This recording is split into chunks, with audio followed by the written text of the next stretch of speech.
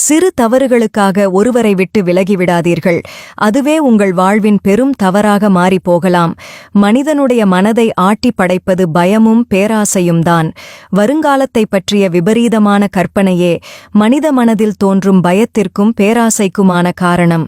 எல்லா நேரங்களிலும் நான் உனக்கு கிடைத்துவிட்டால் நீ என்னை மறந்து விடுவாய், அதனால்தான் உன்னை விட்டு கொஞ்சம் விலகியே இருக்கிறேன் என்று அனைவரின் வாழ்க்கையிலும் கொஞ்சம் விலகியிருந்து வேடிக்கை காட்டுகிறது.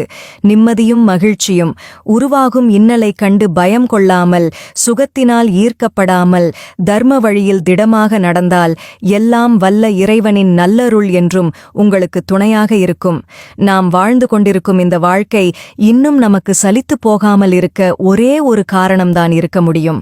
யாரேனும் ஒருவரை நீங்கள் அளவு கடந்து நேசித்துக் கொண்டிருப்பதும், யாரேனும் ஒருவர் உங்களை அளவு கடந்து நேசித்துக் கொண்டிருப்பதும் தான் இருக்கும் வரை நம்மை நேசிப்பவர்களை மட்டும் எதற்காகவும் இழந்துவிடாதீர்கள். கிடைக்கும்போது தவறவிட்ட எந்த ஒரு அன்பும் நாம் தேடும்போது பழைய மாதிரி அதே அன்புடன் கிடைப்பது இல்லை. உங்களுக்கு அன்பானவர்களை தலையில் தூக்கி வைத்து கொண்டாட தேவையில்லை.